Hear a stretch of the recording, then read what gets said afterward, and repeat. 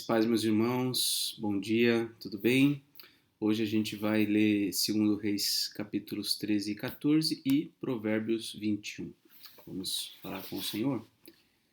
Ó Deus e Pai, te louvamos neste dia, Pai, pela tua infinita bondade, misericórdia e graça. Te louvamos, ó Deus, porque o Senhor nos resgatou das trevas e nos trouxe para o teu reino, tem nos sustentado, tem nos guardado. E dá-nos, ó Deus, o crescimento espiritual, Pai. Nos ajuda a amadurecer, a crescer e a servir cada vez mais eficientemente ao Senhor e ao seu povo. Te agradecemos e oramos em nome de Jesus. Amém. Muito bem, vamos à leitura de hoje. Reinado de Jeoacás. A última leitura terminou com o reinado de Joás em Judá, no Reino do Sul. E agora o reino de Jeoacás, o reino do norte. No 23º ano do reinado de Joás, filho de Acasias, rei de Judá, Jeoacás, filho de Jeú, começou a reinar sobre Israel em Samaria e reinou 17 anos. Então Jeú, o pai de Jeoacás, foi aquele que fez a conspiração, que acabou matando o Jeorão e o Acasias no mesmo dia. E agora o filho dele, Jeoacás, começa a reinar no reino do norte, no reino de Israel. Jeoacás fez o que era mal aos olhos do Senhor e andou nos pecados de Jeroboão, filho de Nebate. Olha aí, sempre Jeroboão como o referencial de pecado, né, na história dos reis, que este levou Israel a cometer. Não se afastou deles. Por isso a ira do Senhor se acendeu contra Israel, e ele os entregou nas mãos de Azael, rei da Síria, e nas mãos de Ben-Hadad, filho de Azael, todos aqueles dias. Porém, Jeoacás fez súplicas diante do Senhor, e o Senhor o ouviu, pois viu a opressão com que o rei da Síria atormentava a Israel. O Senhor deu um salvador a Israel, de modo que os filhos de Israel se livraram do poder dos sírios e puderam morar de novo em suas casas como antes. Sempre o Senhor sendo misericordioso e provendo um Salvador. Não é? Versículo 6. Contudo, não se afastaram dos pecados da casa de Jeroboão, que este levou Israel a cometer, mas andaram neles. E também o poste da deusa Azerá permaneceu em Samaria. Do exército de Jeoacás só restaram 50 cavaleiros, 10 carros de guerra e 10.000 soldados de infantaria, porque o rei da Síria havia destruído os demais, reduzindo-os a pó. Quanto aos demais atos de Jeoacás e tudo quanto fez e ao seu poder, não está tudo escrito no livro da história dos reis de Israel? Jeoacás morreu e foi sepultado em Samaria, e Jeoás, seu filho, reinou em seu lugar. Então vejamos aí uma sucessão hereditária do trono aí por algum tempo em Israel. Agora o reinado de Jeoás. No 37º ano do reinado de Jeoás, rei de Judá, Jeoás, filho de Jeoacás, começou a reinar sobre Israel em Samaria e reinou 16 anos. Fez o que era mal aos olhos do Senhor, não se afastou de nenhum dos pecados de Jeroboão, filho de Nebate, que este levou Israel a cometer, porém andou neles. Quanto aos demais atos de Jeoás, a tudo que fez, ao seu poder com que lutou contra Amazias, rei de Judá, não está tudo escrito no livro da história dos reis de Israel? Jeoás morreu e no seu trono se assentou Jeroboão. Jeoás foi sepultado em Samaria junto aos reis de Israel. Então a gente não vê quase nada, né, a respeito de Jeoás. Quando Eliseu estava sofrendo da enfermidade da qual viria a morrer, Jeoás, rei de Israel, foi visitá-lo, chorou diante dele e disse: meu pai, carros de Israel e seus cavaleiros. Então Eliseu disse ao rei: pegue um arco e algumas flechas. Jeoás pegou o arco e as flechas. Eliseu disse ao rei de Israel: empunhe o arco. E o rei fez assim. Então Eliseu pôs as mãos sobre as mãos do rei e disse: Abra a janela que dá para o leste. O rei abriu. Eliseu continuou: Atire. E o rei atirou. Então Eliseu disse: Flecha da vitória do Senhor. Flecha da vitória contra os sírios. Você vencerá os sírios em Afeca até acabar com eles. Eliseu disse mais: Pegue as flechas. Ele as pegou, então disse ao rei de Israel: Atire contra o chão. O rei fez isso 3 vezes e parou. Então o homem de Deus ficou indignado com ele e disse: Você deveria ter atirado 5 ou 6 vezes, e assim venceria os sírios até acabar com eles. Mas agora vai vencê-los só 3 vezes. Eliseu morreu e o sepultaram. Ora, os bandos dos moabitas costumavam invadir a terra no começo do ano. Aconteceu que enquanto alguns sepultavam um homem, eis que viram um desses bandos. Então jogaram o homem na sepultura de Eliseu e fugiram. Quando o cadáver tocou os ossos de Eliseu, o homem reviveu e se levantou sobre os pés. Impressionante, né? Bom, nesse trechinho aqui não fala nada quase de Jeoás, mas aqui nós temos um episódio dele com Eliseu, um episódio também bem inusitado, né? Mas demonstrando aí mais uma vez que Eliseu tinha, assim como Elias, uma grande capacidade aí dada por Deus mesmo, né? De orientar em relação ao futuro. Algumas coisas nos parecem estranhas, não é comum de fato coisas assim acontecerem, né? Não foi com todos os profetas que algo semelhante aconteceu, então a gente acaba estranhando um pouco alguns detalhes, né? Mas nada que fira, né, a soberania de Deus, a subserviência de Eliseu e a unção, vamos dizer assim, de forma especial de Eliseu, né? O problema é profetas contemporâneos quererem reviver ou enfim, ter a mesma autoridade, a mesma função aí que Eliseu teve. E aí realmente é uma baboseira sem tamanho, né? Mas vamos lá, vamos continuar. Azael, rei da Síria, oprimiu Israel durante todo o reinado de Jeoacás, porém o Senhor teve misericórdia de Israel, se compadeceu deles e voltou-se para eles por amor da aliança com Abraão, Isaque e Jacó, e não quis destruí-los, e até agora ainda não os expulsou da sua presença. Azael, rei da Síria, morreu e Ben-Hadad, seu filho, reinou em seu lugar. Jeoás, filho de Jeoacás, retomou das mãos de Ben-Hadad a cidade que na guerra este havia tomado de Jeoacás, seu pai. 3 vezes Jeoás o derrotou e recuperou as cidades de Israel. Acho que uma coisa, né, fora do comum aqui é ter aparecido aqui, né, esse trechinho aqui, que geralmente aparece no finalzinho da história daquele rei. Mas essa parte veio um pouco antes, né? Só depois que falou sobre Jeoás aqui e as vitórias dele, né? Faria mais sentido, vamos dizer assim, né, que esse trechinho tivesse aqui embaixo. Mas, enfim, Deus está no controle da sua palavra, né? E ele quis que fosse assim. Capítulo 14. No segundo ano do reinado de Jeoás, filho de Jeoacás, rei de Israel, Amazias, filho de Joás, rei de Judá, começou a reinar. Então veja, Joás, que foi aquele menino preservado de Atalia, ele teve um filho, e o seu filho, então, o Amazias, assume o trono em Judá. Tinha 25 anos de idade quando começou a reinar e reinou 29 anos em Jerusalém. A mãe dele se chamava Jeoadã e era de Jerusalém. Amazias fez o que era reto aos olhos do Senhor, ainda que não como Davi, seu pai, mas segundo tudo o que seu pai Joás havia feito.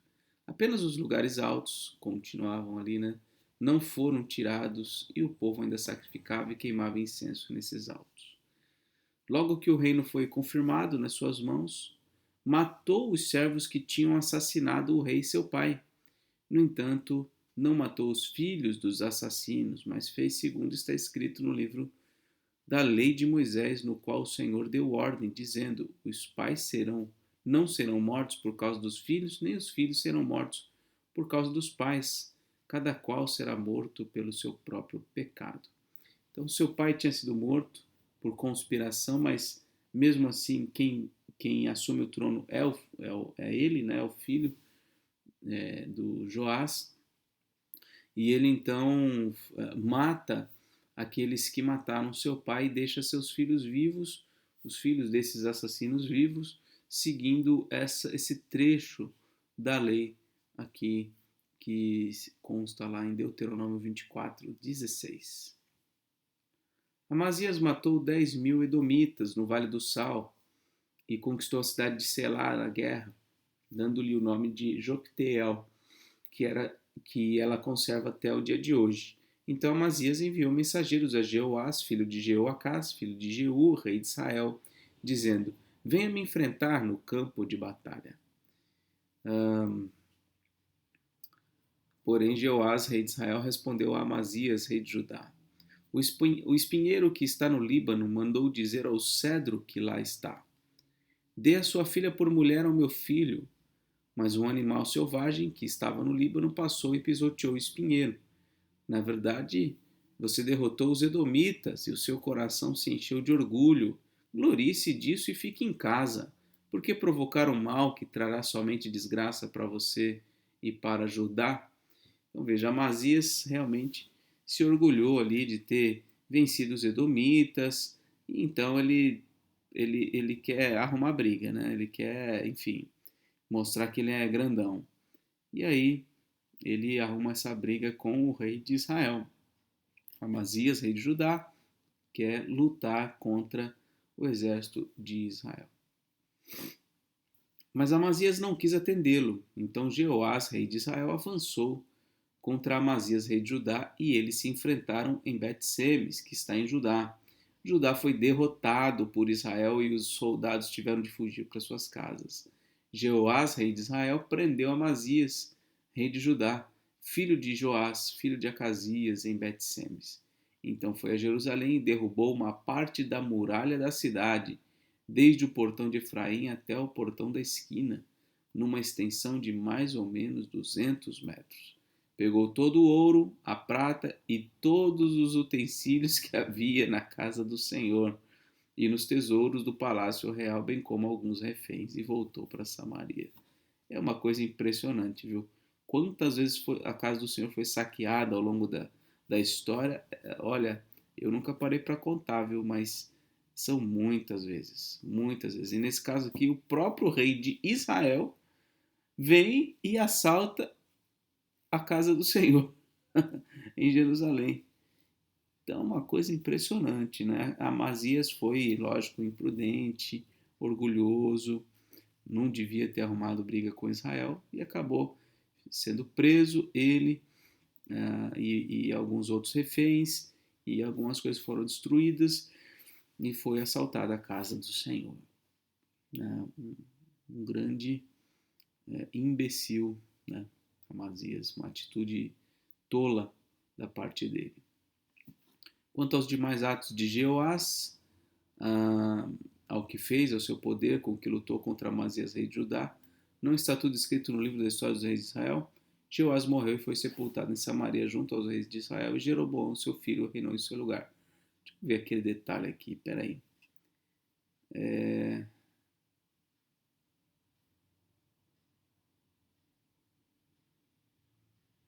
Aqui, ó.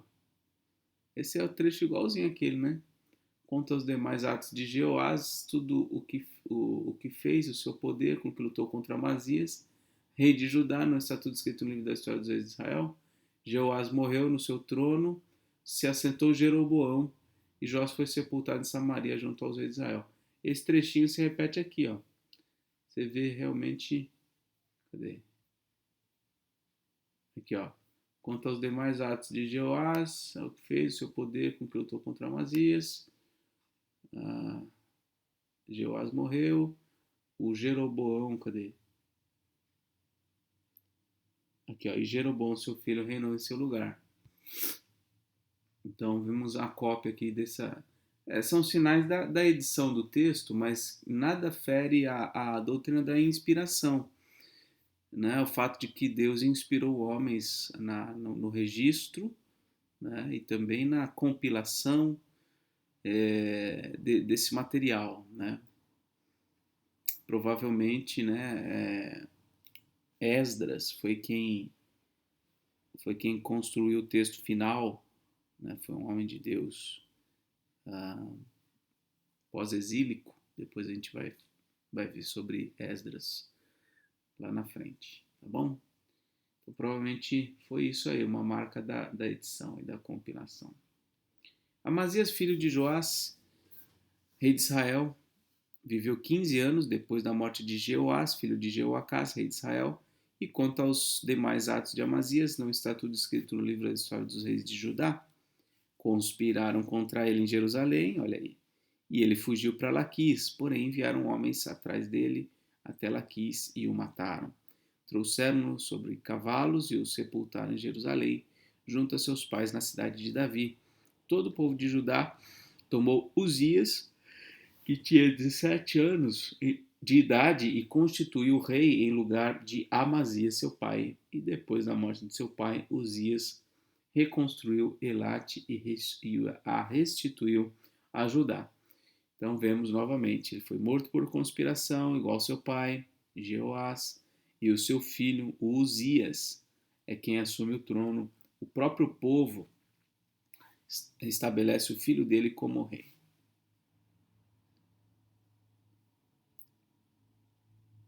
No 15º ano do reinado de Amazias, filho de Joás, rei de Judá, Jeroboão, filho de Jeoás, rei de Israel, começou a reinar em Samaria e reinou 41 anos. Esse é o Jeroboão II, tá? O primeiro foi aquele primeiro rei do Reino do Norte que, enfim, levou Israel a pecar. Esse Jeroboão aqui é o filho de Jeoás, esse Jeoás que lutou contra Amazias. Então, diz o versículo 24: João fez o que era mal aos olhos do Senhor, jamais se afastou de nenhum dos pecados de Jeroboão, o filho de Nebate, que este levou Israel a pecar. Restabeleceu os limites de Israel, desde a entrada de Amate até o mar de Arabá, segundo a palavra do Senhor, Deus de Israel, anunciada por meio do seu servo Jonas, filho de Amitai. Esse aqui, filho de Amitai, o profeta que era de Gat-Hefer. Esse Jonas é o Jonas da baleia, né? Da história do profeta lá, do livrinho que a gente vai ver mais para frente, tá bom? Então essa questão dos limites de Israel ter se expandido, isso aqui veio exatamente conforme a palavra de Jonas. Então, Jonas não foi apenas o profeta da baleia, né? O profeta fujão. Foi também esse servo que anunciou aqui para Jeroboão II a questão da ampliação dos limites de Israel. Porque o Senhor viu que a aflição de Israel era muito amarga, porque não havia nem escravo, nem livre, nem quem socorresse Israel. O Senhor ainda não havia falado em apagar o nome de Israel da face da terra, porém os livrou por meio de Jeroboão, filho de Jeoás. Deixa eu só tentar explicar aqui, que eu acho que na minha leitura não ficou tão claro. Olha só. Esse rei, o Jeroboão II, ele restabeleceu os limites de Israel, uma reampliação dos limites de Israel. Por quê? Olha o versículo 26. Porque o Senhor viu a aflição de Israel, que era muito amarga, não tinha nem escravo, nem livre, nem quem socorresse Israel. Então, por causa dessa situação degradante de Israel, sem nenhuma ajuda, sem nenhum socorro, foi que Deus, então, por meio do Jeroboão II, restabeleceu os limites de Israel conforme a palavra do profeta Jonas. É isso. Tá? Nesse momento, diz aqui o escritor do texto, que o Senhor não havia falado ainda em apagar o nome de Israel da face da terra, porém os livrou por meio de Jeroboão. Então, é o que vai acabar acontecendo depois, né? É, esse povo de Israel, ele foi alertado muitas vezes pelos profetas. Os livros proféticos vão contar essa parte. Aqui na história dos reis, em Crônicas, a gente vê pouca atuação dos profetas. Tem bastante de Elias, de Eliseu, mas depois a gente vai entrar no livro dos profetas e nós vamos nos lembrar dos períodos dos reis onde aqueles profetas atuaram. Então tinha sempre profeta lá anunciando, olha, vocês estão em pecado, vocês precisam se voltar para Deus, etc, etc, etc. Então o que o escritor desse livro está dizendo é que até esse momento Deus não havia mandado nenhuma profecia em relação à destruição absoluta, ao extermínio, né, do povo de Israel do norte. Né? É esse o detalhe aqui. Quanto aos demais atos de Jeroboão, tudo que fez, o seu poder, como lutou e como conquistou Damasco e Amate, pertencentes a Judá, para Israel, não está tudo escrito no livro da história dos reis de Israel? Jeroboão morreu e foi sepultado nos túmulos dos reis de Israel, e Zacarias, seu filho, reinou em seu lugar. Ok? E assim a gente termina o capítulo 14. Vamos agora para Provérbios. Provérbios 21. Como correntes de águas, assim é o coração do rei na mão do Senhor. Este o dirige para onde quiser. Esse versículo é bem. Eu sempre lembro dele, né? Quando a gente ora em favor dos governantes, né? Por quê? Esse versículo está dizendo que Deus tem o controle do coração do rei. Então, por isso a gente ora a Deus pela nossa nação e sempre lembramos, né, em favor daqueles que estão no poder. Não em favor, né, vamos dizer assim, no sentido de Deus abençoar, mesmo que eles sejam homens maus, mas no sentido de Deus conduzir o coração deles, né, para fazerem o bem, para fazerem o que é certo, para trabalharem de modo a trazer benefício para a nação, para o Estado, para o município e assim por diante. Né? Então é um versículo que nos lembra que o Senhor Deus tem em sua mão o coração do rei e conduz esse coração para onde ele quer. Se Deus quer abençoar o povo, Deus move o rei a fazê-lo. Se Deus quer trazer juízo sobre o povo, sobre uma nação, é por meio também do coração do rei que ele faz isso. Então, será que Deus tem se agradado do Brasil? Será que Deus tem se agradado da nossa nação? Bom, essa é outra reflexão. Todo caminho de uma pessoa é reto aos seus próprios olhos, mas o Senhor sonda os corações. Fazer justiça e julgar com retidão é mais aceitável ao Senhor do que oferecer sacrifícios. Olhar arrogante, coração orgulhoso, a lâmpada dos ímpios são pecado. Os planos de quem é esforçado conduzem à fartura, mas a pressa excessiva leva à pobreza. Olha só, eu mandei um texto, né? No meu caso foi ontem, né? Ontem eu mandei para você, acho que foi antes de ontem, um texto sobre provérbios, na temática finanças. E aí a gente vê um texto como esse aqui, né, que fala sobre a prosperidade daquele que é esforçado, daquele que trabalha, daquele que é diligente, né? Mas a pressa excessiva, o ganho rápido, isso leva à pobreza, porque põe em risco tudo aquilo que se tem. Então é um cuidado que se deve ter. Muita gente cai em golpe justamente nesse afã de querer rapidamente obter riqueza. Fazer fortuna por meio da mentira é vaidade e armadilha mortal. A violência dos ímpios os leva à ruína, porque eles se recusam a praticar a justiça. O caminho do culpado é tortuoso, mas quanto ao inocente, a sua conduta é reta.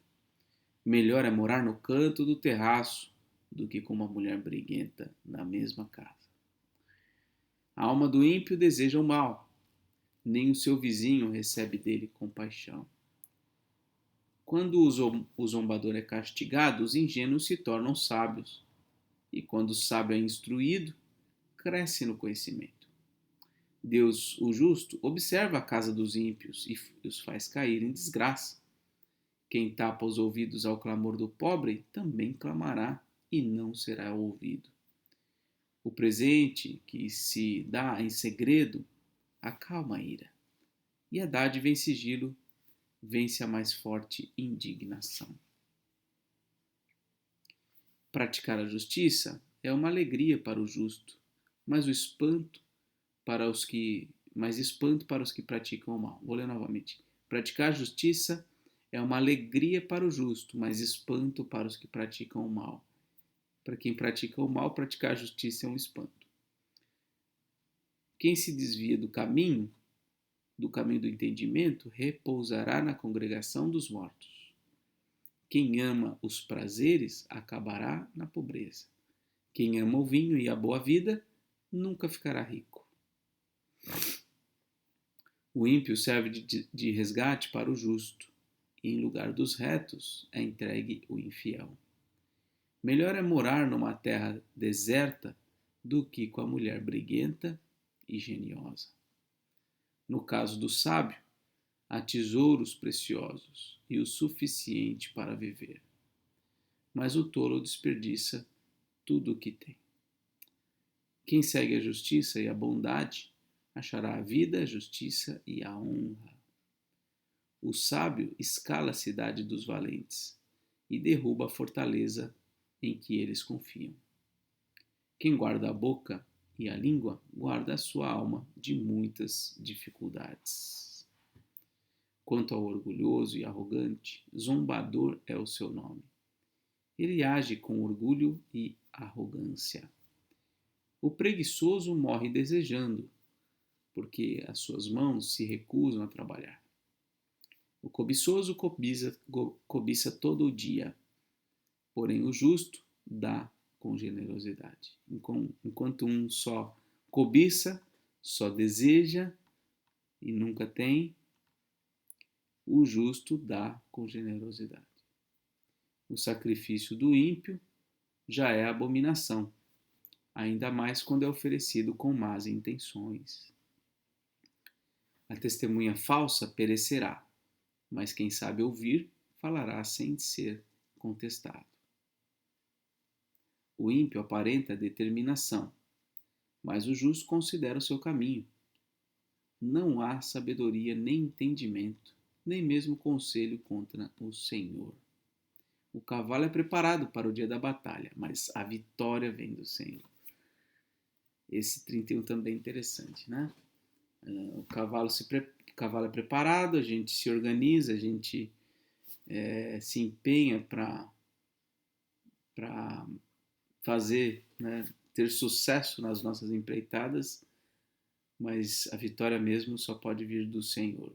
Mesmo depois de termos feito tudo que a gente devia fazer, termos nos preparado, termos nos dedicado, no final das contas, quem dá a vitória é o Senhor mesmo. Nada vem pelas nossas mãos, ou somente pelo fruto das nossas mãos. Sempre quando vem a vitória, ela vem do Senhor. Muito bem, terminamos assim a leitura de hoje. Vamos fazer aqui a marcação.